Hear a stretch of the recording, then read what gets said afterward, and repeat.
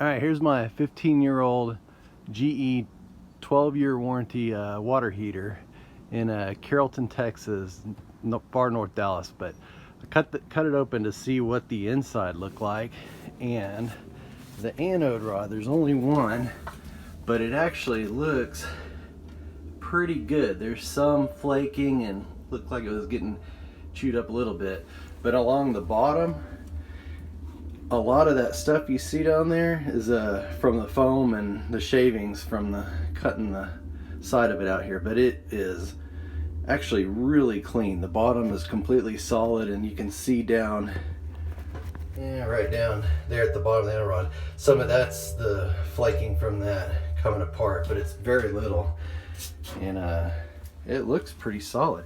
Main reason I changed the heater is this the cold intake here. This pipe looks like it was just flaking apart and completely rusted. Could not get the copper pipe that was threaded onto it, could not get that loose. Of course, I made it into like an oval trying to get that thing loose and had to cut it off with a Sawzall. And the other side, the heat, is completely solid, looks like brand new.